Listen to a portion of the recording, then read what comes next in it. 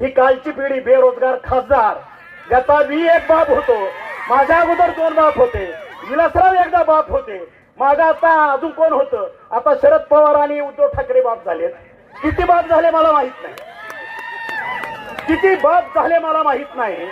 आलं लक्षात. मी त्या 100 बापाच्या पोराला तुमच्या माध्यमातून एक प्रश्न विचारतो.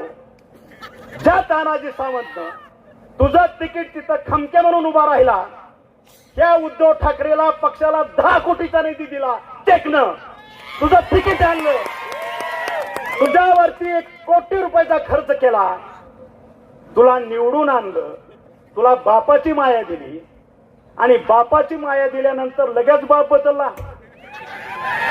असं कसं चालतं? तुम्हाला मान्य आहे का? आपल्या पोराने दुसरा माझा तुझा बाप नाही, तू 10 माझा बाप